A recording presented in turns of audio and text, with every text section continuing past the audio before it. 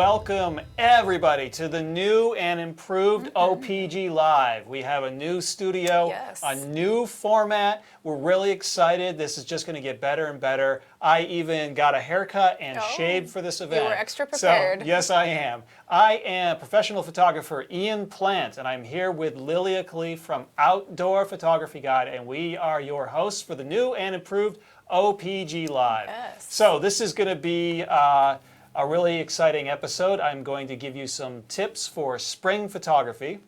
But before we go into that, I am just going to tell you a little bit about my most recent trip. About a week and a half ago, I went up to Lake Superior to try to get the last bit of winter, the ice that was still on the lake before it was breaking up. And I had some interesting experiences while I was there. So I've got a short video that shows some of the things that I was doing while I was up there on Lake Superior, just to give you an idea of what it's like to be a professional landscape photographer and to know what it is that we go through to get the shots that we do get. So when I was up there, I wanted to get out and see the ice that was still on the lake, so I took out my inflatable kayak and I went on an ice kayaking adventure. So let's go ahead and roll the video.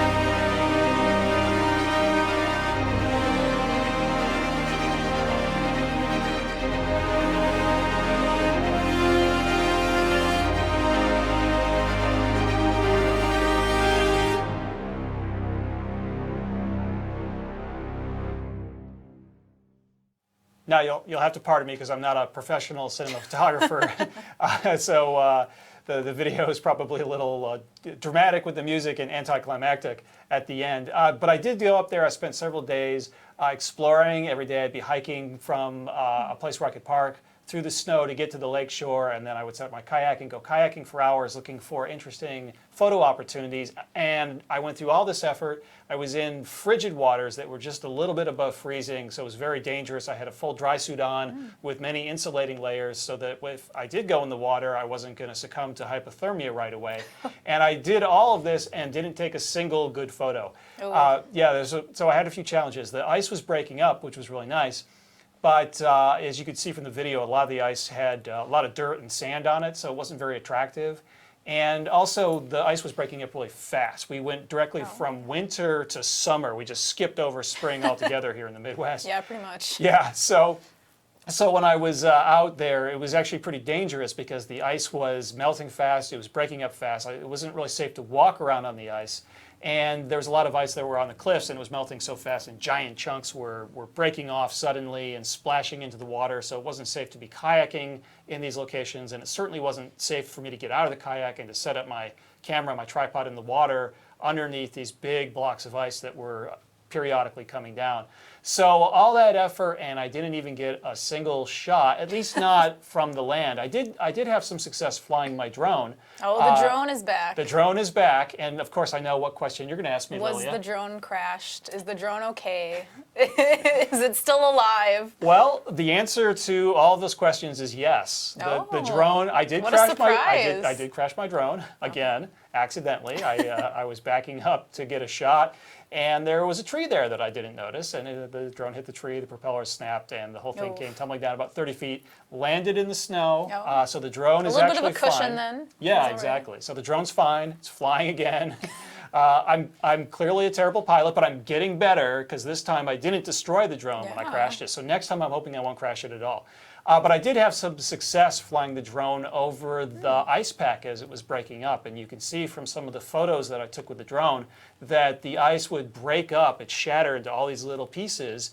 And then the wind and the waves would push it together. So you'd have these flows of ice coming together. And so for this particular drone shot, I was really interested in the way the bright ice contrasted with the water. Because the ice was so bright, I was able to darken my exposure so the water comes out looking black. So this ends up looking like a black and white photo, and to me it looks like a necklace of diamonds or something like that. So I was intrigued by that for this particular photo. And for the next photo that I got that I liked, I saw one of the bigger ice packs that was still out there floating around that was surrounded by a bunch of floes that had broken off.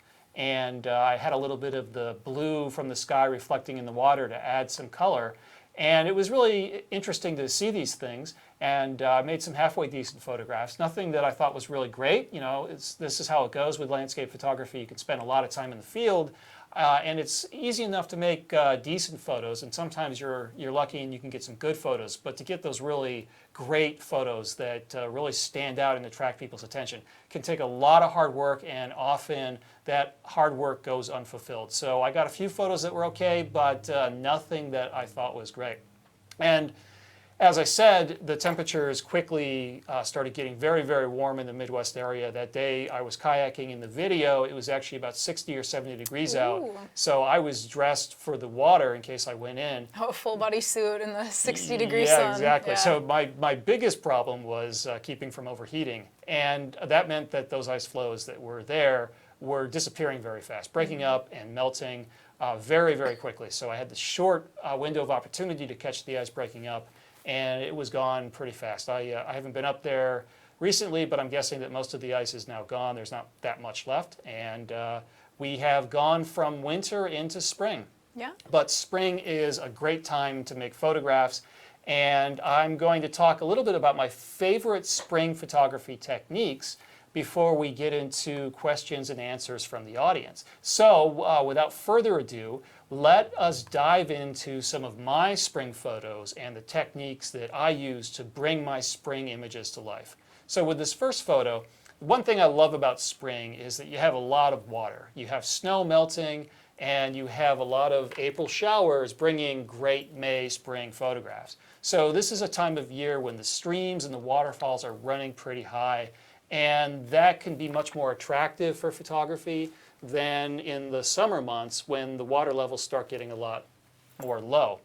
So this is a photo I took in Great Smoky Mountains National Park in the USA a few years back, and there was a really good spring flow here on this particular river. So I hopped on a boulder that was beneath this large rapid, and I did a long exposure to record that water as this silky smooth blur. So in this particular case, probably 4 or 5 seconds. I did a lot of experimentation with my exposure time here. I had the water flowing over the rock, and I wanted to capture that as flowing water with a little bit of texture in it. But there was this swirling foam that was all around the bottom of the boulder, and I decided I wanted to let that blur completely out and use that swirling blur to help frame the boulder and the water flowing over it to make it a very prominent part of the composition. And I actually made this photograph on a sunny day, so this was near sunset, so there's some sunset light hitting the trees in the background, which is adding some extra warmth and color to the image, and that color is also getting reflected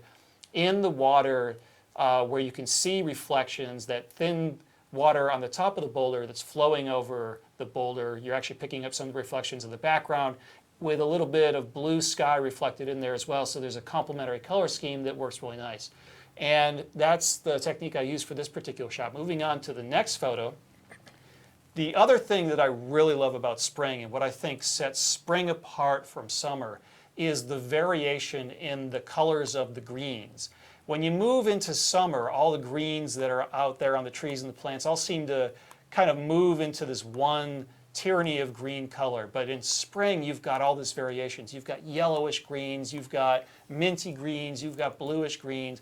You have all of this separation, these mild separations between the green colors, and it creates a wonderful spring palette. So this is a photograph taken in the rainforest of the Pacific Northwest, Olympic National Park. And it's all of the variations in the colors of the greens that really attracted me to the scene. Now I got low with a wide angle lens, and I got close to a clump of ferns, and I stood on one edge of the ferns so that they are radiating from the corners of the image, left and right, into the center of the composition. This helps push the viewer's eye deeper into the composition.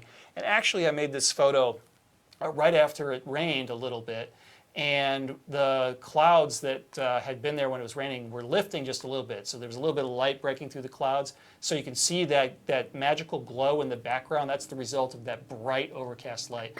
When you're making spring photographs, when you're shooting foliage or streams and waterfalls, a polarizer filter is really useful. It can remove glare and reflection from wet or waxy surfaces like leaves. Even if they're not wet, they have a bit of a waxy surface which creates some glare.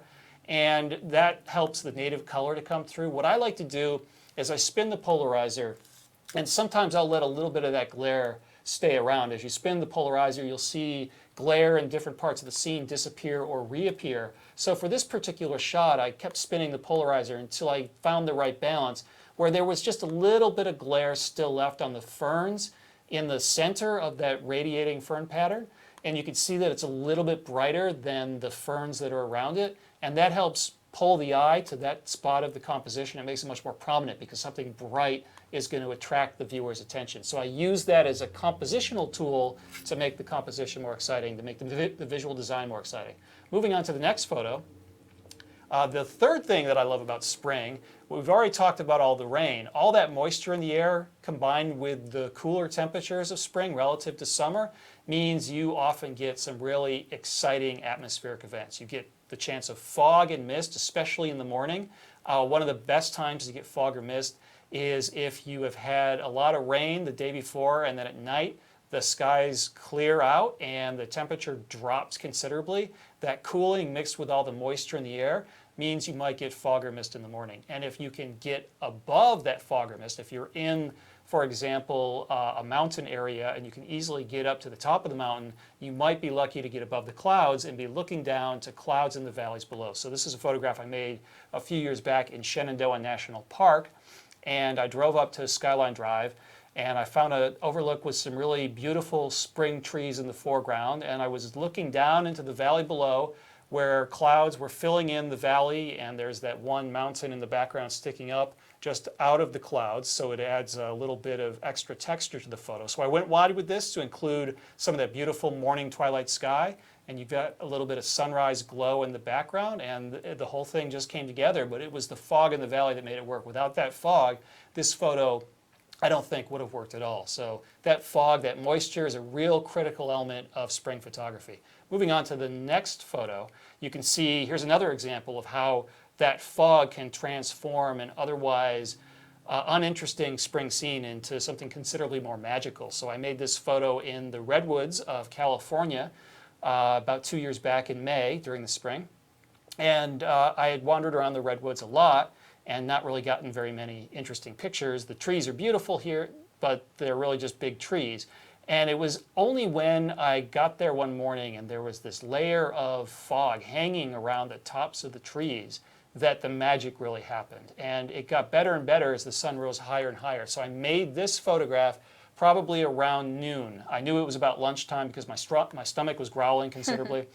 And what makes this shot work, even though this was well past the so-called magic hours, the golden hours of sunrise or sunset, the fog diffused the light, scattered the light, created these sunbeams as the light was shining through, so it transformed what would otherwise have been a bad lighting situation into something very powerful. So it was that moisture, that spring fog that you often get, that elevated this shot to something that was worth taking some pictures of.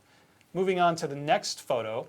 Flowers are something that a lot of spring photographers like to photograph. And I'm not really a close-up flower guy so much. I don't do that often, but when I have an opportunity to incorporate flowers in the landscape, I do. And this is a shot from Mount Rainier in Washington State of the United States. And the flowers come there a little bit later in the season, so it's summer for most people, but in the higher mountain elevations, that's when the snowpack has melted, so it's spring up there. And for this particular shot, I decided to get creative. I shot this flower meadow backlit by the setting sun, and the sun was setting just outside of the composition, and I actually could see the sun. The beams of the sun rays were coming down into the top of my shot, and if I drop my composition a little bit, then those were eliminated from the frame. So I decided to keep them as part of my composition because I like the way those sun rays were coming in, that lens flare over the tree in the background, helping to emphasize that subject and to add some interesting color and light to the composition. So by shooting backlit and by getting creative with a little bit of sun flare, I was able to make a much more interesting photograph. Moving on to the next photo. This is another shot from the Pacific Northwest, Olympic National Park. The rainforest there is absolutely stunning. And though a lot of photographers like to photograph the rainforest on a cloudy day, I love going there on a sunny day. And it can make things considerably more difficult because all of that light and shadow mixed in with all of the green everywhere becomes very, very chaotic. But when you can photograph the spring foliage backlit, it seems to glow from within. So you've got all the ferns on the ground, all the new spring leaves, and all the moss on the trees backlit by the setting sun in this photograph, and it seems to glow from within. And I included the setting sun as a starburst, using that sun flare again as a compositional element. So moving on to the next photo, spring streams. If you can get into the water safely, then that's going to open up all sorts of interesting compositional opportunities. So for this particular shot taken in Great Smoky Mountains National Park, I put on a pair of chest waders and I waded into the water so I could get close to this boulder in the water, and with a wide angle lens make it a much more prominent part of the composition. And I've got the water from the stream flowing around the boulder during a long exposure, maybe a half second or 1 second, to get that silky smooth water effect. And this is a great way of making the kinds of shots getting into the water that you otherwise can't get from the shore. So it gives you all sorts of new opportunities, and it gives you a chance to make something unique. Now, be very careful when you're getting in the water. Avoid water that's too deep or that is moving too fast, and be careful about what is underneath the water. Sometimes the bottom can be very slippery. A good thing you might want to try doing is going to a fishing store. You can get chest waders, and you can also get special boots that fishermen use when they're doing fly fishing in the water. And these boots might have little spikes on the bottom or felt pads that give you more traction and grip when you're walking. But the best thing you can do is just play it safe. Don't go in water that you think is beyond your ability, and just be very, very careful about it. So this is one of those things where I expressly absolve myself of any potential liability if you decide to go in the water. As of right now, yes, you take your own risks when you go in the water. It is absolutely up to you to make sure that you do it the right way. And be careful not only about yourself, but also about your equipment. So you definitely have to be very cautious when you enter the water. So I would try it first in very shallow water that's not moving too fast, and maybe try going into deeper water when your confidence gets higher. So with stream and waterfall photography, a lot of photographers prefer overcast light, and they use a polarizer to get rid of the glare and all that, like I said before. But with the next photo, you could see that overcast light isn't the only way to go. I like working in brighter light when I have an opportunity, and usually that means early morning or late in the afternoon when the light is lower and more colorful. Sunrise and sunset, just your typical golden hour photography.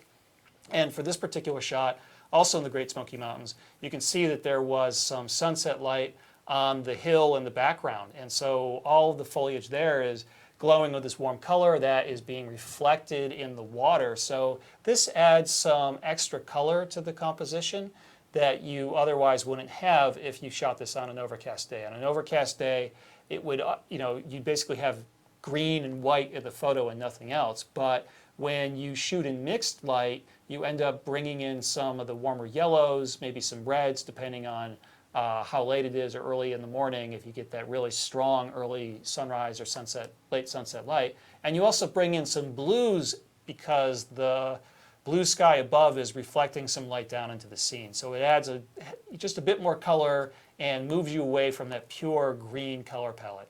So with the next photo, you can see that the spring opportunities aren't just in the trees. There's also a lot going on the ground. This is when clover starts to emerge in the spring forest, and it's also a time when all of that green ground cover is fresh and it hasn't been trampled by animals or people or photographers walking through. So I think it looks considerably better in the early spring than it might in the late summer. Also, a lot of places get dry in the summer, so that foliage will start to brown a little bit during the summer. It won't look quite as good. But in the early spring, you'll get all of this bright green clover, you'll get beautiful ferns on the ground, and it's a real opportunity to make some interesting and colorful photographs. So this is from Olympic National Park, and what I did for this is I got really close with a wide-angle lens to the clover on the ground. By getting in close, that foreground clover ends up looking a lot bigger than the stuff in the background, so I exaggerated the size of that clover to make it more prominent part of the composition. In the next photo, waterfalls are obviously a big hit around spring, and as I said earlier, those spring rains and the melting snow means you might have a lot of water going over the waterfall, so they typically look better than they might look in the summer, depending on where you are. Some places they get a lot of summer rains, but a lot of places things kind of dry up in the summer as it gets hotter. Sometimes the water can be too much, and if you have a waterfall that's just overwhelmed by a mass of water, maybe it's best to wait a little while for the water levels to come down. And if the water levels are just right, this is a waterfall in Minnesota, for example, and the water was perfect for this particular shot that I wanted. You still might be getting a lot of spray coming up from the waterfall, and that'll get on the lens. And the way to keep your lens dry is make sure you always bring some sort of lens cloth. I usually bring multiple lens cloths because you start drying off the lens with all that spray, the cloth gets really wet, and after a while it's useless. So I keep a lot of dry cloths with me to keep up with that spray buildup. And usually what happens is I'll go ahead and compose. I'll get ready for the moment to trigger the shutter. Right before I trigger the shutter, I go in, very quickly wipe off that lens, and as soon as I'm done, I trigger the shutter right away, get the shot, and then if I need to take some more shots, I repeat as necessary. Go in right before the shot, wipe it clean, and then go ahead and trigger the shutter. So moving on to the next photo. Flowers, once again, great subject. So for this particular shot, this is a field of trillium I discovered in the forest of Pictured Rocks National Lakeshore in Michigan. And I went back to the spot. This was a really thick patch of trillium. I did a lot of exploration to try to find a really good thick patch. I also wanted a patch of flowers that was on a little bit of a rising slope. So that way, as I got in close to the flowers in the foreground with my wide-angle lens, the flowers in the middle and the background would still be visible to the eye. So the fact that they're on a small rising slope allowed me to get low and close to exaggerate the size of the foreground trillium, but still see all of the rest of the trillium going into the background. And I photographed this on a sunny day in the early morning, backlit. So the sun was rising behind the trillium, and it was backlighting the spring foliage, so you can see a lot of colorful yellows and greens in the background. The foliage is appearing to glow from within, and that backlighting is also illuminating the trillium from behind. So backlighting is a really great strategy if you want to create some interesting spring photographs. And then I think we have, yes, our final photograph. Spring is also a wonderful time for wildlife, and you get all sorts of species coming out of hibernation at this time. A lot of species have mated in the fall and they have babies in the spring. So this is a really interesting time.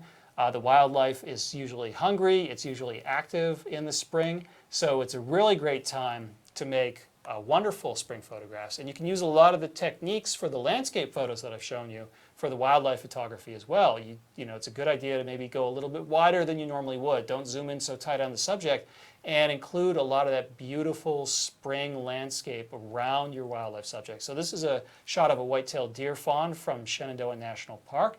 And I saw this guy hanging out in a bed of ferns. So I took a shot where I had enough of the ferns coming in around to make the composition more interesting, to show a little bit of that beautiful green spring color around the wildlife subject. So these are all techniques that I use to make exciting spring photographs that stand out a bit from what a lot of other people are doing. So these are techniques that I encourage you. I hope these will inspire you to get out and make some incredible spring photographs.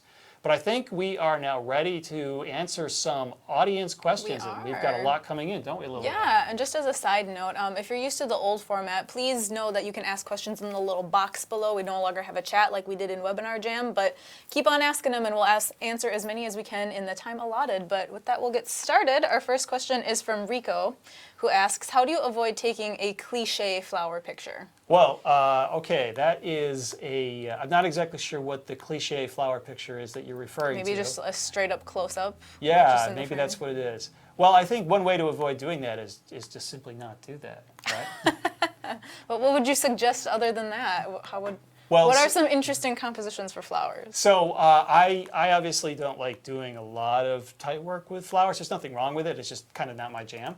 But so one thing you can do is to try to make a more of a landscape shot. So you'll see in my flower shots that I'm not just photographing one flower, but I'm looking for a field of flowers or a group of flowers. I'm looking to use the flowers as a foreground element, but I'm going wide with the background so that you can get a lot of that spring foliage and that spring color as part of the shot. As I also discussed in the flower shots that I did show, backlighting is a really great way of photographing your spring flower subjects. There's certainly nothing wrong with front lit flowers or overcast lit flowers, but backlighting makes your subjects seem to glow from within. So even if you're doing flower close-ups, I think that can be a really interesting way of showing your subject in a new light. A little bit of a pun, I suppose. Not a very good one. Yeah, thank you. I have to tell her when I've made a joke so that she knows to laugh. Another thing that a lot of photographers do is they will use a macro lens so they can get in close to the flowers, and they will use a wide open aperture, a very big aperture like f2.8 or f2.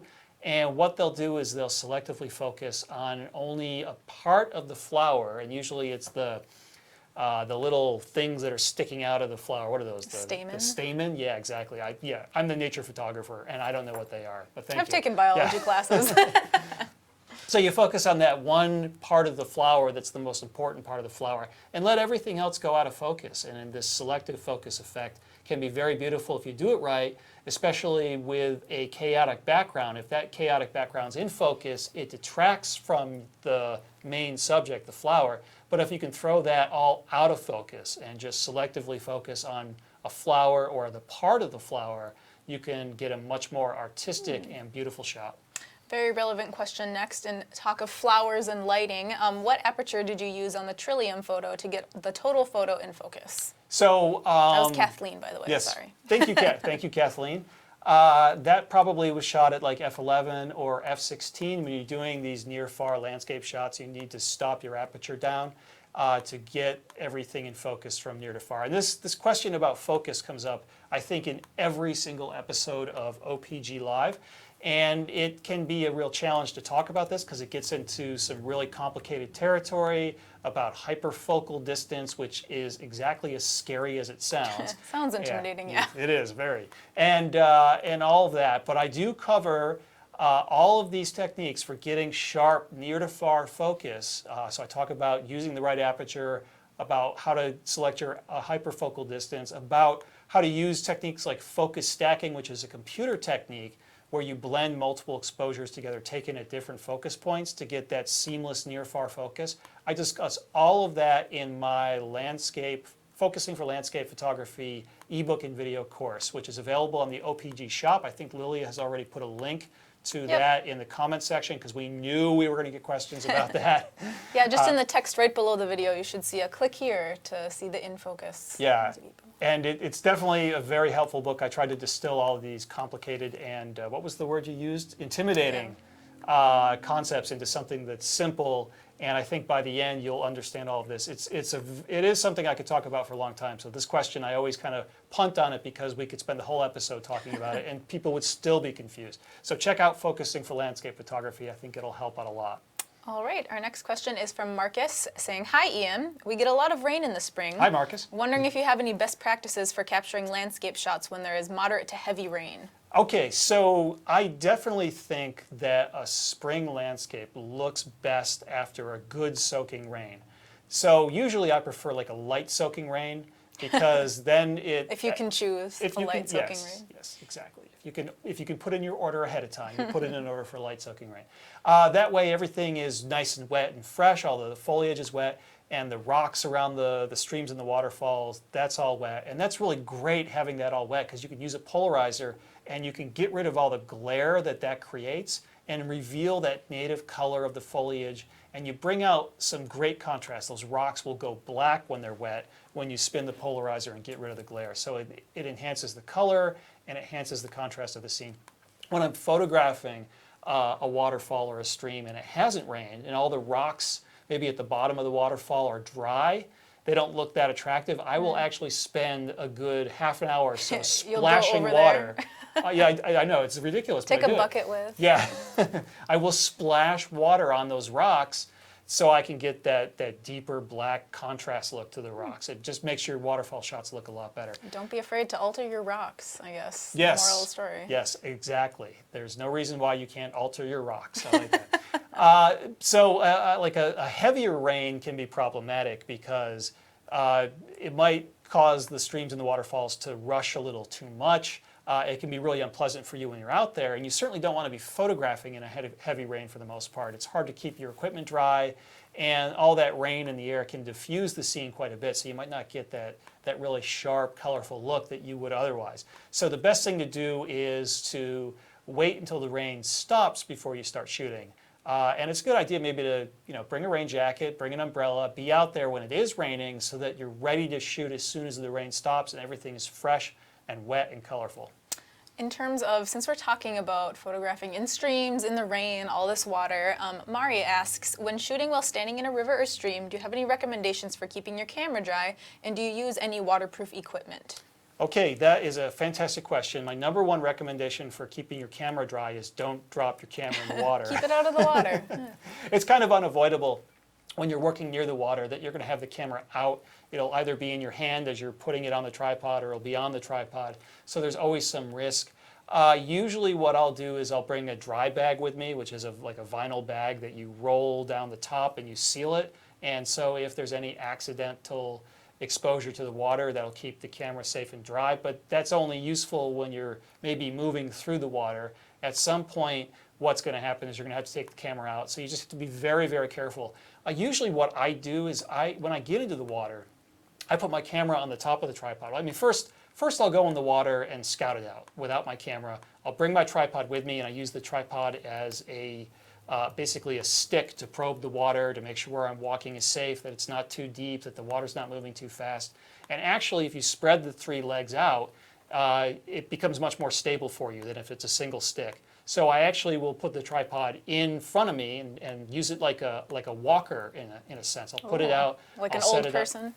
Yes, exactly, exactly. And I'm sure that I'm sure that some of the more distinguished members of our audience will not be offended by the ageism of that comment. You can be old and have an able body.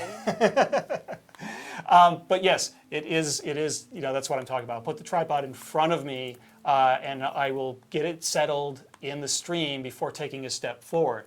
And that's a lot safer. So I will explore the stream first and figure out where I want to be and how I can safely get there. And then I go back with my tripod to the shore. I put the camera on top of the tripod, make sure it's locked down securely, and then I repeat. I go back into the water, I put the tripod in very, very carefully, make sure that I have all three legs down and that it's stable, and then holding onto it tight, then I move forward and repeat until I get to where I need to be.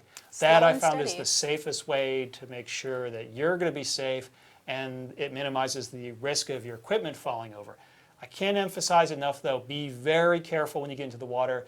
Not only can you be washed downstream, but if the water's cold, that can cause problems as well. Hypothermia is a risk, so it is dangerous. Do not go in beyond your ability.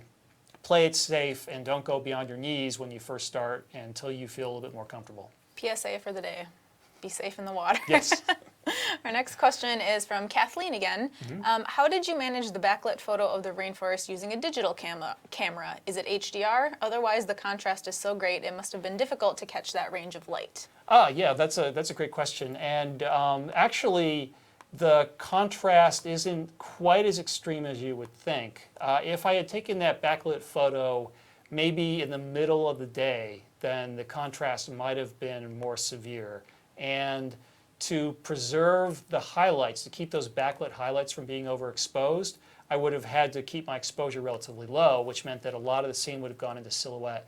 But at sunrise and sunset, when the sun's lower, the light is less intense, the contrast isn't quite as bad as you would think, and it easily falls within the range of the digital sensor's ability to capture that. So digital sensors, of course, vary in their ability to simultaneously capture light to dark. It's called dynamic range, and not all cameras have the same dynamic range. Some are better than others. But a lot of the newest cameras actually have an incredible amount of dynamic range. So I was able to shoot into the light. Now the sun itself is overexposed.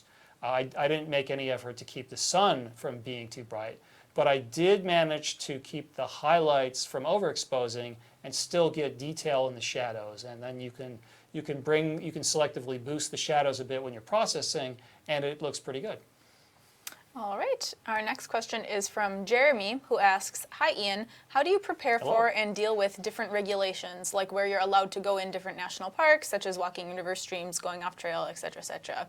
Do you know whether you need any permits at all, and how do you navigate this sort of scouting?" Yeah, that's a really great question. So in most parks, don't necessarily tightly regulate where you can go on or off trail. There are some places in parks where they may say don't go off the trail. And I have encountered on occasion rangers who I think are actually misinformed about the law in the parks, who think that all off-trail travel is prohibited, but you can actually go and find the park regulations for each park online, so you know what is allowed and what isn't allowed. But certainly if there's any sign saying stay on the trail in particularly sensitive locations, you're not allowed to get off trail. That's certainly an issue. Usually going into the streams and the waterways isn't a problem, because even in state or national parks, I think fishing is allowed in a lot of these places. So you'll see fishermen in the water all the time. So it's certainly not a problem there. But yeah, you should be aware. You should obey any posted signs or anything like that. And if there's any doubt, it's a good idea maybe to try to find some of that information online. So I know where to look for that stuff, because I used to be a lawyer, and I actually used to do some pro bono work for national parks conservation associations. And so I'm pretty familiar with that sort of thing. Yeah, I know that stuff. I'm an uninformed ranger's worst nightmare. And regulations do vary park by park. There's no uniform standard for all the national park system. And of course, a lot of times the rangers are, as I said, sometimes misinformed, or they may just be enforcing the regulations the wrong way because that's just how they do it in that particular park. So I don't usually argue with the rangers. If they tell me to leave, I'll leave. But I really haven't an issue with it. For the most part, if you're not allowed to get off trail, it'll say somewhere you don't go off trail. One thing I am particularly sensitive about is if I'm in an environment where walking off trail might be permanently damaging to the environment, then I'll avoid doing that. And when I go, for example, when I'm in the rainforest of the Pacific Northwest, I do some photography in the national park, but there's also a lot of national forest around the park where I'll often do some of my most intense photography, because I feel like I can go off trail there without a problem, because, well, they're logging that anyway. So, but it's also something where I know, like a rainforest, it isn't going to be easily damaged by walking through, because it's so lush and growth happens there so fast. But other areas can be much more problematic. So, for example, if you're in Mount Rainier National Park to photograph the wildflowers, you're not allowed to go off trail, because what happens is people go off trail and they trample the flowers. So that's something I don't do. I remember the last time I was in the park, I was being very, very careful to stay on the trail. And it was frustrating because it was hard to make the kinds of photos that I wanted. And then I see another photographer a few hundred feet up the trail in front of me, and I actually know who this guy is. He's another professional, and You know, he knows that I saw Oh. him. He ran off trail. He was out there trampling all the flowers, and I'm like, "Grr, shouldn't be doing that." But in any event, I think you just got to be, you know, you just have to find what the local regulations are and make sure that you're doing the right thing. Make sure you don't trample any flowers. Yes, yes. There, you know, there were like for years there was rumor there was a certain professional landscape photographer who had this reputation, this notorious trampling reputation. things? He would make a photograph, and then when he was done, he would stomp all the flowers down so that no one else could come and It was make his the, calling card. They Yeah, always yeah. knew where he was. Yeah, so I don't know if this is true, and I'm not going to name any names. It was just kind of an interesting story. I've never done that. All right, our next question is from Chris asking, do you have any best tips for using a polarizer on a wide angle lens? Yeah, that's a great question, Chris. So what happens with a polarizer is the effect of the polarization changes the farther you are away from a light source. So it's at its strongest 90 degrees from your light source. So if you're outdoors and the light source is the sun, the effect is strongest 90 degrees from the sun. And so with a telephoto lens, you're really not going to notice much variation from the left to the right of the image frame because it's a very narrow angle of view. But with a wide angle lens, a really wide angle lens, you will notice some variation from the left to the right in the amount of polarization because the left side of a wide angle scene is at a much different angle from the light source than the right side. So it can be challenging working with a wide angle lens. One thing I recommend when you're using a polarizer with a wide angle lens is don't use it to darken a blue sky unless you've got some clouds in the sky that break it up a bit, because you'll notice uneven polarization from one side to the next. I don't worry about it with streams and waterfalls and foliage scenes and things like that. Part of that is that when you're working with those scenes, you're typically working in overcast light, and so where the sun is irrelevant. The light source is actually all around you. It's all the clouds around you reflecting light down into the scene. So you'll notice that as you spin the polarizer, you'll polarize parts of the scene, but other parts will become unpolarized. So there's uneven polarization generally, and usually you can find that sweet spot where most of the scene is polarized the way you want to, but you just don't worry about it. So if you're photographing a blue sky, then worry about the fact that you have a wide angle lens. I've actually heard people tell, instructors say never ever use a polarizer with a wide lens. I use a polarizer with wide lenses all the time. I've used polarizers with the most extreme wide angle lenses you can imagine. And you've seen some of those results in the photos I showed you today from the rainforest. Those were all polarized with wide angle lenses. And I think you could agree that they look just the way they're supposed to look. That polarization works. And it doesn't really matter if you have a wide angle lens for that kind of scene. All right, our next question is from Luis, who asks, with the new Sony mirrorless cameras coming out with better and more advanced features every year, would you consider migrating to mirrorless technology?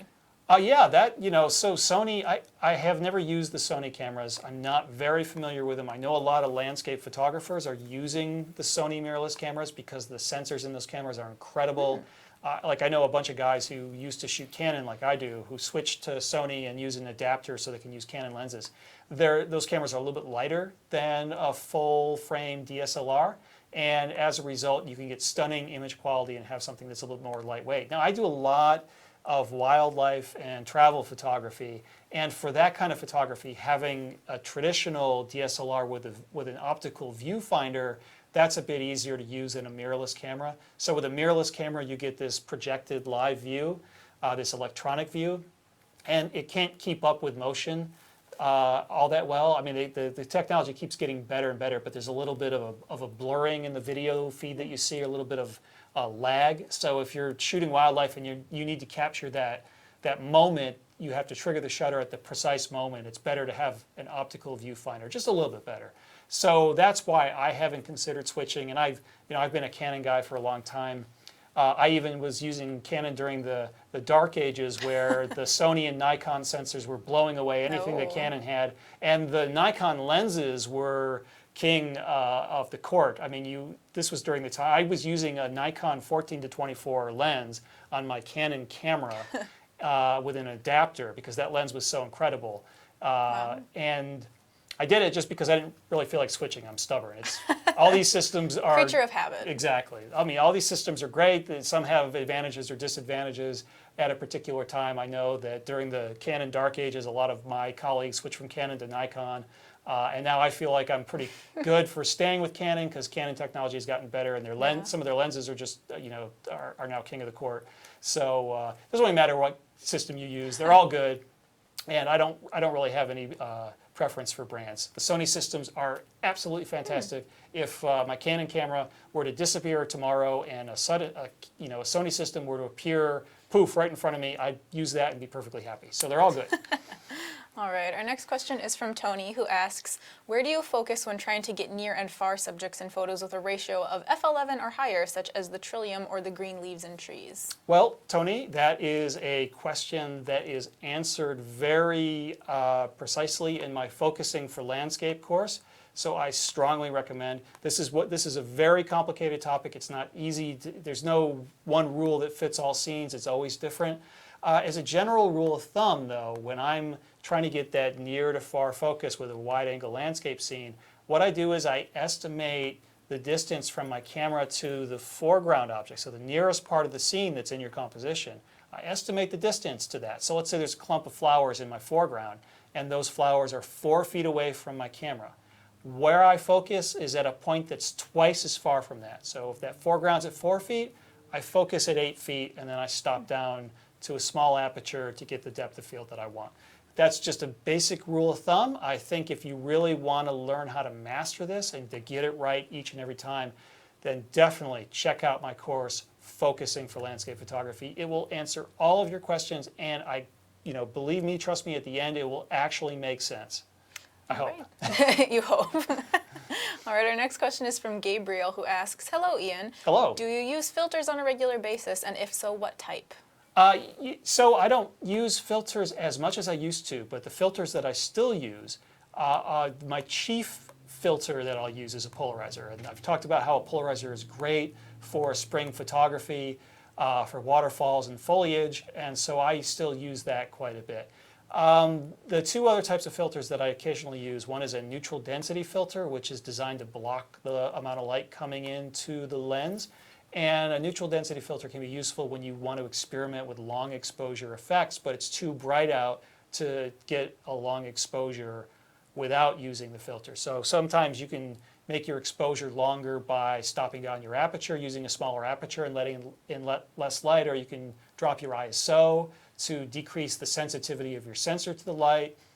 But if it's too bright out, you put the neutral density filter on, and that allows you to get the longer exposures. So a lot of times people will use neutral density filters for stream and waterfall shots, but I found that I'm typically using small apertures like f11. I'm using ISO 100. I'm photographing on a cloudy day, and I've got a polarizer on, which is dropping my exposure by 2 stops. And all of those things combined usually means that I'm getting those long exposures that I want anyways to get that silky smooth water effect. So I typically don't use the neutral density filters that often.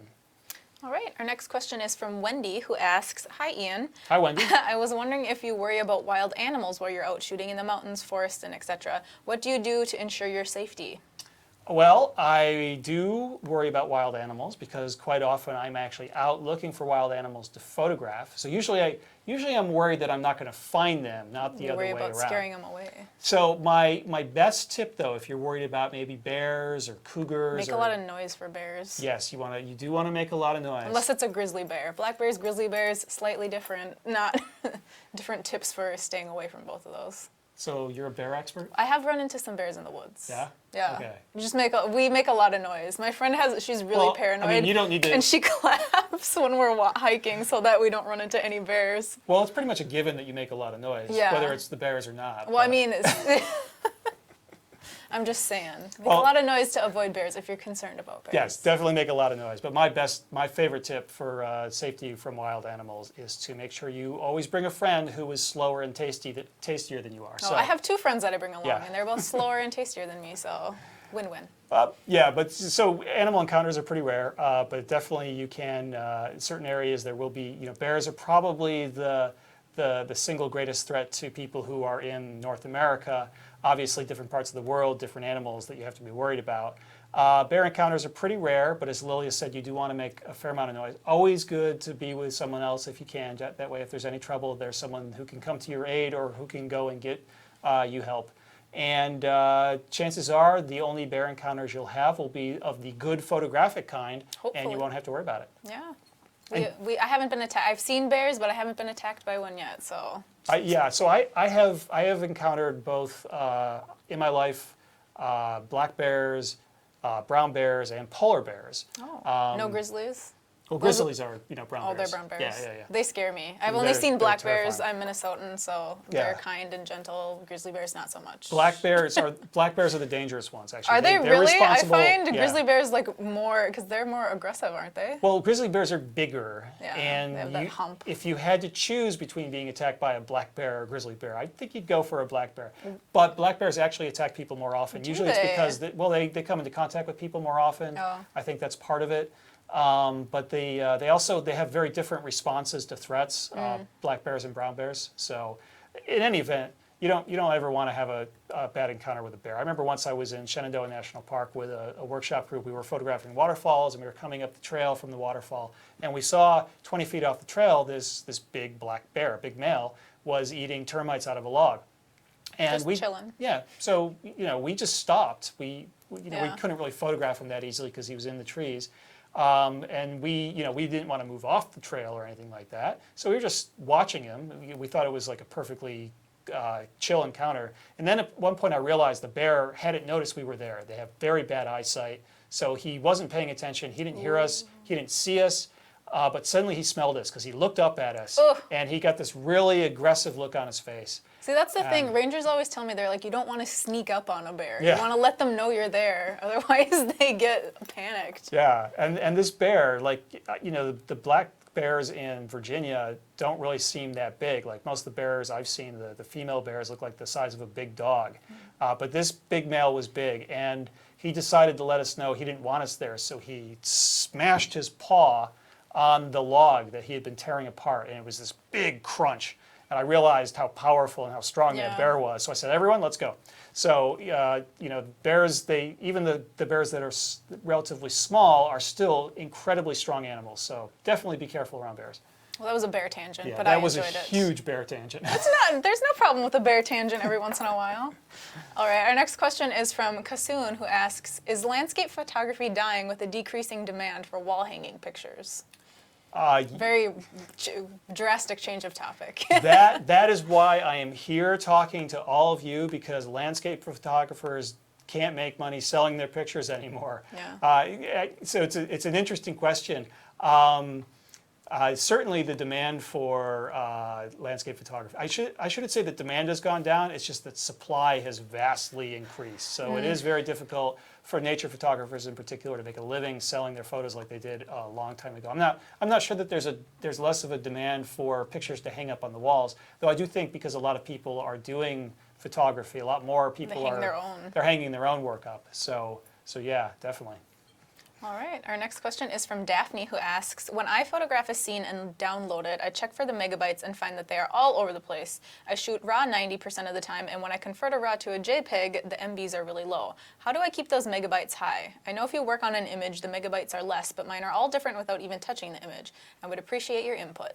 Okay, that's actually a fairly complicated question. Yeah, I'm not sure that we have enough time for the answer. But basically, so the megabytes of the file will vary depending on how much detail, how much data has to be captured. So a scene that doesn't have a lot of detail in it might be a smaller file than a scene that's got a lot of detail. So that's certainly one thing that might affect the size of it.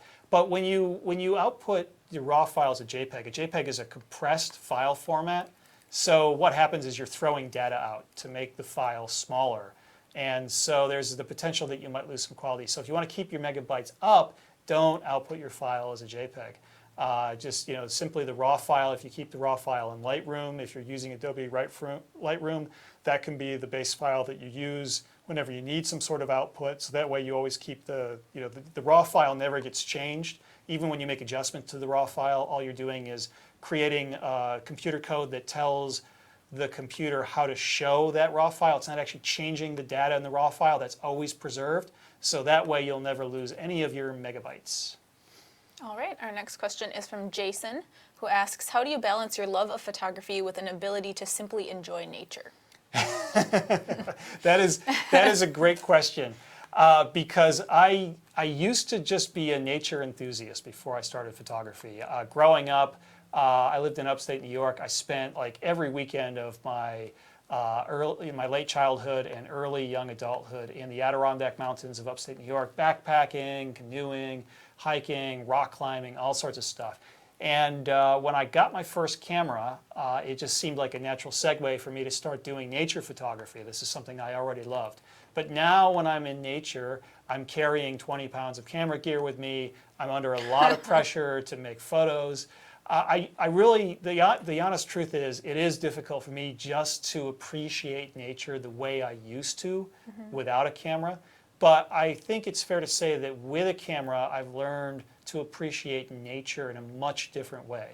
So, you know, I absolutely love photography, and my love of photography is just above and beyond my love for anything else in my life. And I think that it, you know, for me, it's all consuming. But it does give me a different outlook on life and the things that are in my life. And so when I'm in nature and I'm under pressure to make those stunning photographs that are going to stand out, I might not be there in the moment every single time appreciating what's going on. But when I do get everything to come together and I get that photo that I really want, that moment is going to stay with me for the rest of my life. So it's a much different way of appreciating it. And I've learned through the art of photography to appreciate things that other people might not notice, those rare convergences of light and composition, the moment when a cloud drifts past in the sky and interacts with other elements of the landscape to form that perfect composition. Those are things that I have enhanced appreciation for that I couldn't have appreciation for if I wasn't a photographer. So it's changed my whole outlook on everything. I do sometimes wish that I could just go into nature by myself without any camera equipment and spend a few days there and appreciate it the way I used to. That isn't realistic anymore, unfortunately. But I do appreciate nature in a much more fulfilling way now. And my love of photography is allowing me to experience things in a much deeper way, a much more passionate way than I ever did before. So I hope that makes sense. It does, yeah. All right, I think maybe we have time for one more question. One more question. We'll see All how right. quickly you answer this one. Our question is from Gail, who asks, do you think that you have to go to exotic locations to capture exciting and dynamic photos? Absolutely. Fantastic question, Gail. And the answer is no. You can make great photos anywhere in the world. So I like traveling to quote unquote exotic locations to see things. I think it's important to want to experience things. I think that is the key to successful photography, is to want to immerse yourself in the experience. And what experience you want to have is really up to you. But you have to remember, something that's 5 minutes away from your house may not seem exotic to you, but to someone halfway around the world, it's incredibly exotic. And so you can find the exotic close to home. But more importantly, the key to making great photography is not having incredible subject matter. Like, I like to talk about the work of Cartier-Bresson, who is the most famous street photographer to ever live. And he didn't walk around the streets looking for the most gorgeous Italian supermodels to photograph. He was photographing just everyday people going about their everyday lives, waiting for those magical moments where something revealing or something artistically unique were to happen to capture with his camera. And his work is some of the most beautiful photography I've ever seen. And none of that was taken in what anyone would consider to be exotic locations. So you definitely can find beautiful things no matter where you are, even just, I don't know, walking around your garden outside your house or even inside your house, who knows. As long as you just explore your subject, you immerse yourself in the rhythms of your subject, and you look for those beautiful convergences of artistic elements and take the pictures when those happen. You can make great photos anywhere, anytime. Well, I think that's all we have time for. We've reached the end of this episode of OPG Live. We'll be announcing the next OPG Live. We're hoping to have some real exciting subject matter for you next time. We're going to keep building on this incredible new format, and we're looking forward to having a conversation with you again next on OPG Live. I'm Ian Plant. And I'm Lilia Khalif. And thank you for watching. Goodbye. Bye.